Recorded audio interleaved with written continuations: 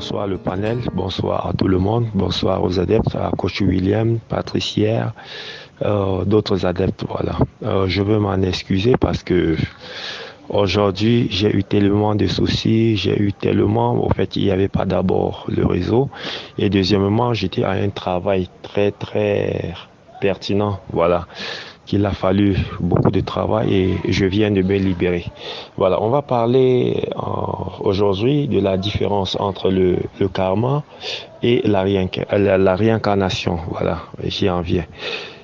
Et voilà, nous savons déjà que ce que le karma et qu'est-ce que la réincarnation. Mais toujours est-il que il y a des nouveaux, il y a des gens qui ont besoin d'être plus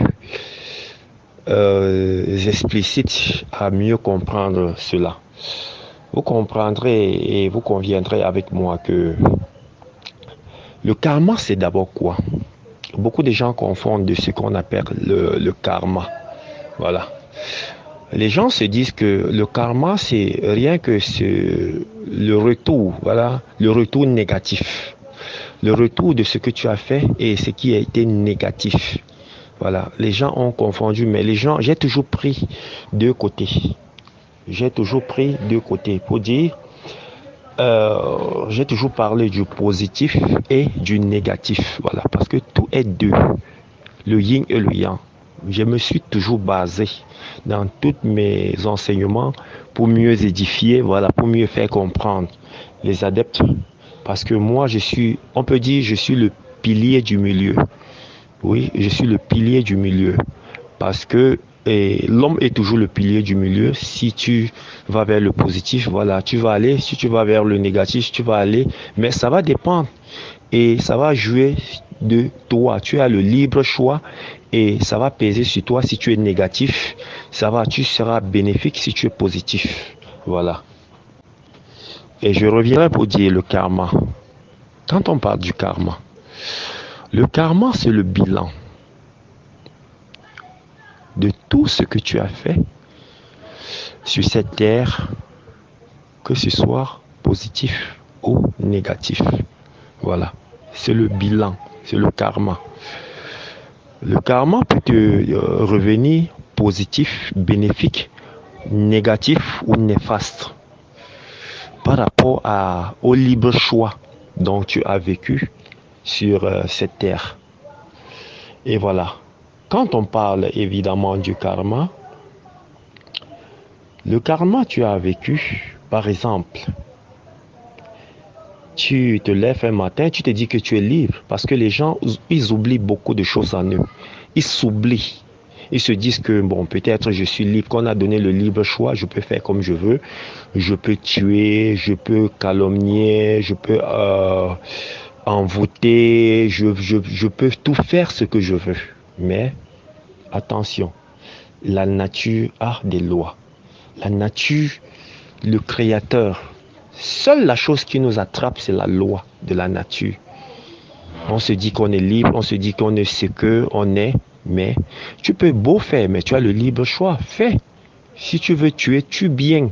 Si tu veux bien aider, aide bien. Fais ce que tu veux faire. Il faut le bien faire, ce que tu veux le faire. Mais sachant que ça va te rattraper. Cela va te rattraper un jour. Et je l'ai toujours dit, quand on parle dans la Bible allégoriquement, on dit, dans la Bible, on dit, je vais te punir de génération en génération. De génération en génération ne veut pas dire que je vais punir les enfants de tes enfants. Non, c'est faux. Dieu n'est pas comme ça. Tu ne peux pas faire quelque chose et Dieu vient punir tes enfants. Ne faisons pas allusion au physique et au spirituel. Hier, le physique, comme j'explique souvent, au niveau physique, voilà. Quand il y a un groupe sanguin qui ne marche pas, les docteurs, les médecins peuvent nous expliquer, voilà, hier, ça ne peut pas marcher.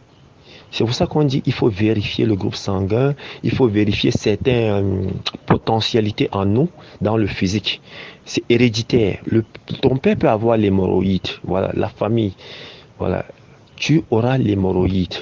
Peut-être les gènes, on appelle ça les gènes, bon, les médecins peuvent mieux expliquer cela. Tu peux avoir peut-être, on peut dire quoi, il peut avoir, disons, il y a certaines maladies là, j'oublie même le nom. Par exemple, l'hépatie. Oui, il est vrai, ça peut enchaîner. Faible. Tu peux attraper l'hépatie. Tu crois que bon, c'est parce que tu as attrapé quelque part. Peut-être les gènes, ça transmet des générations. Tu peux avoir la tension. Oui, tu peux avoir le diabète. Tu vas voir que ça va générer de génération en génération. C'est long, je coupe. Et voilà, ça en vient de ce que je voulais dire. Pour dire, lorsque on parle du karma, c'est ce que je venais de dire. Tu as fait un mal. Je me lève, peut-être Maître Michel. Je trouve un ami, voilà. Euh, J'invite un ami, je le déteste, voilà. Je prends le poison, je mets dans son, sa nourriture. Et quand je mets dans sa nourriture, il meurt. Je dis que waouh, j'ai gagné. Non. Il y a la loi de la nature. Il y a la loi de la nature. Tu vas dire beau et bien, non, j'ai gagné, je l'ai eu. Non. Faites très attention. Imagine, tu peux ne pas être puni à l'instant présent et d'autres récoltent immédiatement. Ça les retourne. Mais chez les autres, ça retarde. Tu es bien, tu mens, tu dis que je l'ai eu. Tu vieillis, tu meurs. La Bible qui est codée, on dit de génération en génération. Voilà, la retourne, le karma. Tu vas revenir. J'espère que chez vous, on dit souvent, un enfant naît, on dit celui-ci fait comme un vieillard. Ses attitudes, ses comportements et textuellement comme un vieillard. Et l'enfant revient comme un vieillard, des attitudes. Ou bien l'enfant ressemble à un grand-père, à une des familles, à une des oncles, à un des oncles. Voilà, ex patati patata. Je rentre pour dire que la nature est parfaite. La nature, il n'y a pas de hasard. La nature est parfaite. Voilà, tu as tué. Tu repars, tu reviens. Lorsque tu reviendras, voilà, on dit génération en génération. Première génération, tu te dis que tu as gagné. Oh, tu te mets là, tu gaillardement, tu sors en route, tu te balades, allez, boum, une moto te prend. Ça te descend, tu meurs. Tu commences à crier, oh Seigneur, oh pourquoi celui-ci était calme, il n'a jamais péché, il était sérieux. Non, ne juge point, ne condamne point. Il l'avait tué dans une autre génération. Et quand on t'a tué, tu avais tué dans une autre génération, tu payes le prix. On a dit de génération en génération. Je ne sais pas si ça peut être 3 générations, 2 générations ou bien une génération. Voilà, si le français me permet. Tu vas payer. Voilà la deuxième fois, tu meurs. On commence, on pleure. Ouais, il était sérieux ce monsieur. Tu avais tué. Tu avais mis du poison, mais on t'a rendu. Qui tue pas l'épée, mourra pas l'épée. Tu reviens, tu meurs. C'était la deuxième génération. Troisième génération, tu reviens. Le karma peut être moins apaisé. Tu sors maintenant handicapé. Tu n'as pas un pied. Tu sors, tu es handicapé, tu as un problème. Imaginez, vous voyez les handicapés là, parfois ils sont plus méchants, parfois ils sont plus sévères, et d'autres gens disent souvent que Dieu sait pourquoi la personne est sortie comme ça. La personne est en train de payer. Il paye de génération en génération. C'est des punitions. Parce qu'il n'y a pas il y a pas de hasard. Le hasard n'existe pas. On va dire que Dieu a fait l'erreur en faisant des accidents, en faisant des non. Le hasard, tu récoltes ce que tu as sémé. Tu sèmes la bonne graine, tu sèmes sur la bonne terre, tu sèmes sur le caillou, tu sèmes sur la terre sablée. Voilà, la Bible nous dit souvent, tu vas récolter selon les semences dont tu as sémé. Voilà. Donc, la troisième génération, tu rentres avec manchot un pied, c'est coupé. C'est des générations en génération, mes frères. Tu vas payer, tu as payé. Peut-être c'est troisième fois, on a dit souvent 3 fois, la loi de 3. Bon, je ne voudrais pas juger, on dit souvent. Voilà. Tu peux payer, tu as payé de génération en génération. Voilà maintenant quand tu reviens, quand tu vas revenir. Et voilà. Donc pour dire que le karma, voilà ce que c'est le karma. Le karma amène l'être humain à pouvoir évoluer. Et c'est le but de la vie. Et le karma, les juges, les dieux du karma, les 24 vieillards. Parce que on dit tout ce qui est en haut est comme ce qui est en bas. Ce qui est à l'intérieur est comme ce qui est dehors. Il y a les juges de karma, il y a les dieux de karma. Le Dieu Tout-Puissant a créé, comme les ministères, il y a un premier ministre. Dans le monde physique, il y a les ministres, il y a les gouverneurs, il y a les préfets, il y a les sous-préfets, il y a les chefs des cantons, chefs des villages, tout, etc. Voilà. La hiérarchie céleste se vit comme ça. Voilà pourquoi on dit ce qui est en haut et ce qui est comme ce qui est en bas. Rien n'est nouveau dans ce monde. Tout ce que l'être humain copie dans l'univers, le monde invisible. Et le monde invisible, c'est ça qui commande le monde visible. Parce que tout, j'ai toujours dit, sur la réflexion, c'est la pensée. Quand tu penses, tu ressens, tu manifestes et ça se fait. Voilà le mystère. Voilà le mystère. Et donc, je reviens pour dire, le karma nous permet d'avancer. D'autres disent que le karma, c'est la punition.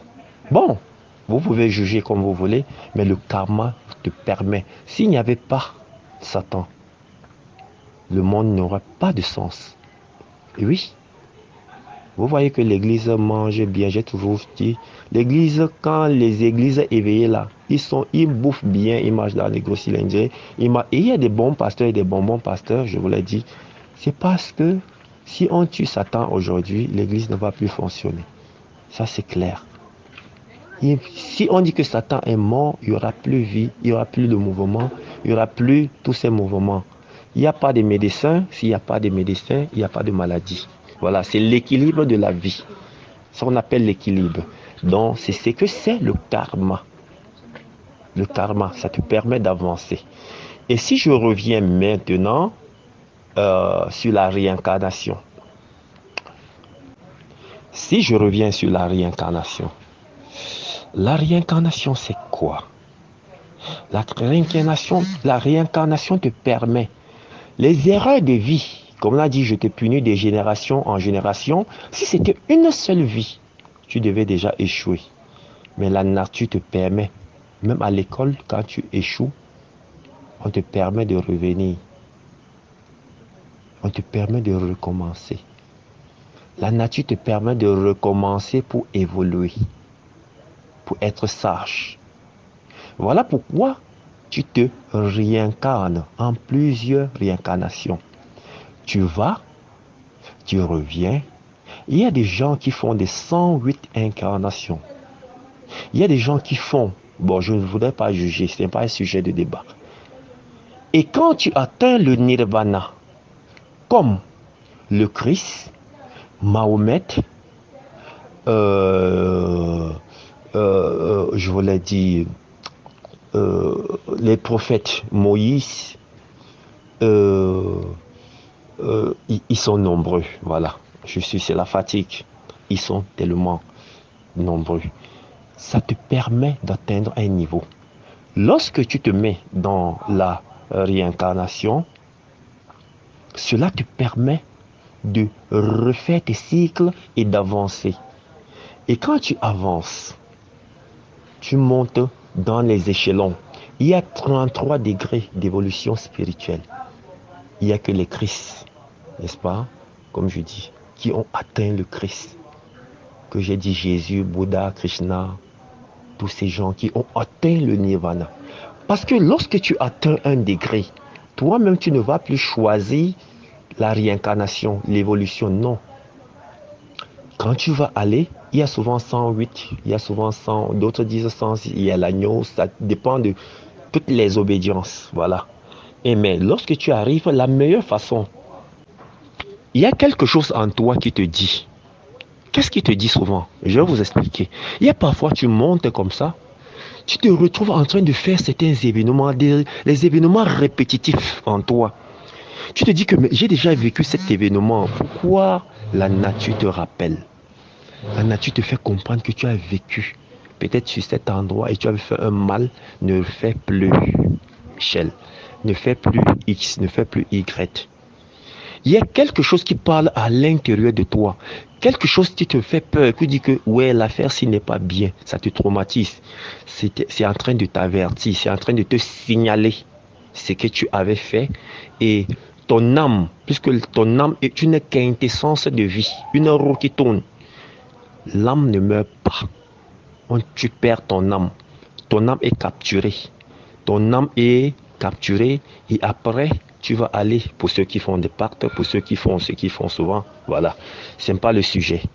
Donc, pour dire, tu as payé de génération en génération. Voilà, tu avais tué, on t'a puni 3 fois.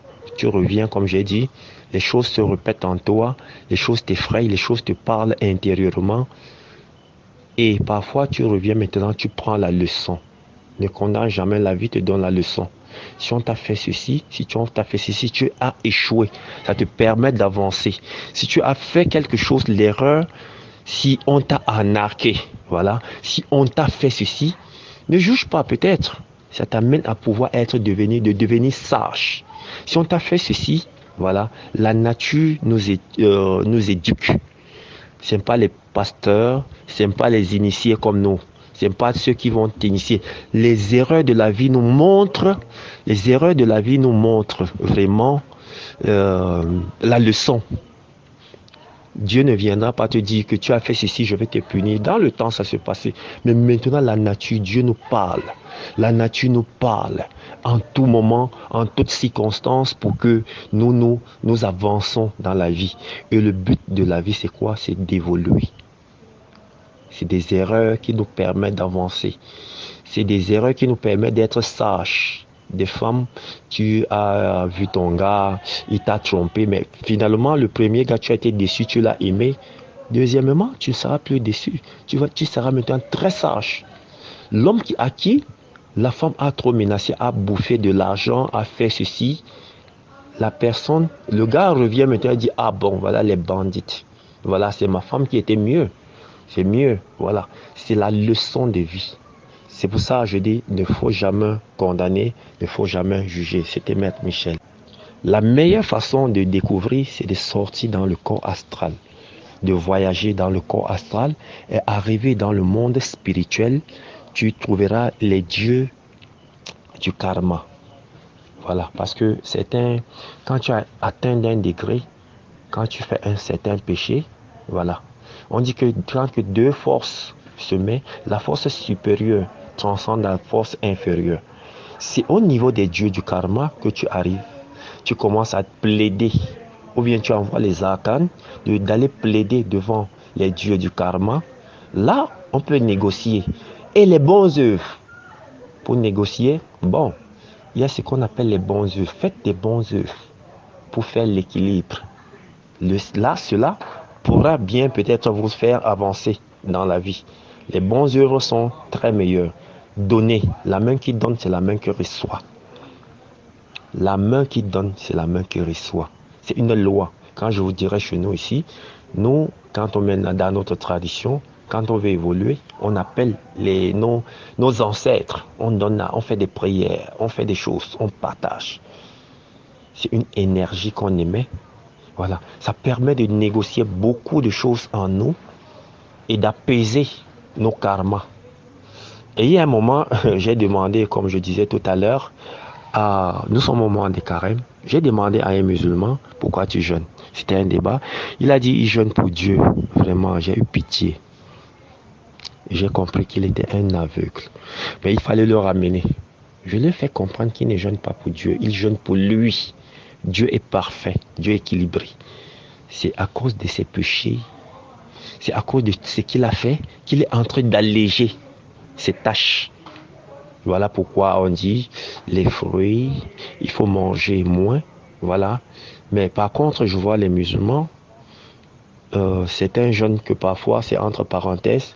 Le jeûne, parfois, ça devient même encore de la nourriture. Parce que quand tu vois quelqu'un veut jeûner, tu vois la bouffe qu'il veut manger. Quelqu'un sonne peut-être chez nous 3 boules ou 4 boules de couscous. Voilà. Et après cela, le soir encore, il sonne les tasses de bouillie, les grandes tasses de bouillie. Il mange, il bout encore le ventre. À 6 heures, encore à 5 heures, il se réveille encore. Bon, il ne juge pas, ne condamne pas. peut-être c'est ses débuts, mais le vrai jeûne, il y a ceux qui, il y a plusieurs qualités de jeûne. Il y a ceux qui boivent de l'eau, qui méditent. Ceux qui jeûnent peut-être de 8 heures, quand je suis ajouté à jeûner à 6 heures, d'autres vont jeûner 6 heures le lendemain. Et méditent et ne s'assied pas avec des impudeurs, ne s'assied pas avec des moqueurs, ne s'assied pas avec... Médite dans une chambre, évite le milieu sale, le milieu où on t'énerve, le milieu où on peut t'amener trop de nerfs, je voulais dire qu'on peut t'énerver. Et donc, ce que je voulais dire, c'était entre parenthèses, voilà, la réincarnation nous amène à extirper, à équilibrer notre nature, à équilibrer notre âme, voilà, à amener l'être humain à évoluer, voilà, à rouler, à tourner comme la roue et évoluer. Et comme je le disais tantôt, Jésus, Mahomet, Krishna, Bouddha, tous ceux qui étaient là, voilà, ont évolué et ont atteint un niveau. Et lorsque tu atteins un niveau, ce n'est plus toi qui décides. C'est toi maintenant qui décides, autant pour moi. Comme Jésus a annoncé son arrivée, Mahomet a annoncé son arrivée parce qu'il savait la mission qu'il devait faire. Il disait, le Fils va arriver, voilà, on va le crucifier. Il a donné son plan et il a envoyé les anges. Les anges sont venus annoncer. Parce qu'il avait déjà atteint un niveau, ce n'est plus les dieux du karma qui jugent pour eux. C'est maintenant lui, parce qu'il a atteint un degré de la spiritualité, de l'évolution, voilà, qu'il se juge, qu'il fait des choses à lui-même. Alors que toi, qui n'as pas encore atteint ce niveau, les gens demandez-vous pourquoi. Pourquoi je suis né en Afrique? Pourquoi je ne devais pas être né en Europe? Tu as été obligé de naître ici.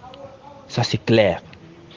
Parce que tu ne pourrais pas juger par rapport à tes fautes que tu as faites dans ta vie antérieure. Tu es obligé d'être dans tel, soit en Haïti, là où il y a de la guerre, soit en Israël, là où il y a trop de guerre. C'est pour ça, il n'y a pas de hasard. Tu seras né là-bas. Pourquoi d'autres sortes étant riches? Je ne parle pas des pactes. La nature, Dieu a prévu. Pour tout un chacun, chacun a son temps. Et je ne parle pas aussi des gens qui freinent l'évolution des gens.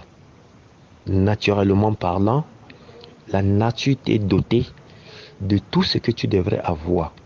Lorsque tu n'as pas encore atteint ce degré, tu es esclave de la nature. La nature choisit où tu vas aller, la nature te juge, la nature te dicte où tu vas, ce que tu vas faire, où tu vas aller, dans quel endroit. Mais par contre, j'entends que les autres disent que non, c'est toi qui choisis, les âmes se réunissent pour choisir. Mais bien sûr, les âmes se réunissent pour choisir tant que tu as atteint un degré, pour faire ton expérience. Mais lorsque l'expérience est échouée, la nature doit te guider, la nature doit t'amener jusqu'à ce que tu atteins le nirvana et pour que tu choisisses toi-même. Tu atteins le Christ, tu deviens christifié et tu atteins ton niveau d'évolution toi-même et tu deviens ce que tu es. Tu deviens le je suis, tu as le libre choix de pouvoir décider toi-même. Voilà, chers conférenciers, voilà, chers adeptes, voilà, chers maîtres, voilà, chers frères. C'était Maître Michel. Pour vous édifier. Je m'en excuse parce que j'étais tellement occupé. J'avais beaucoup de choses à faire, j'avais des travaux et voilà. C'était pas le moment. Voilà, je m'en excuse pour ceux que j'ai empêchés, pour ceux que j'ai pris le temps pour pouvoir les empêcher à pouvoir ne pas peut-être donner certains cours. Voilà. Et la nature, c'est l'amour. La nature, Michel, Maître Michel vous aime et que les bénédictions soient. Voilà.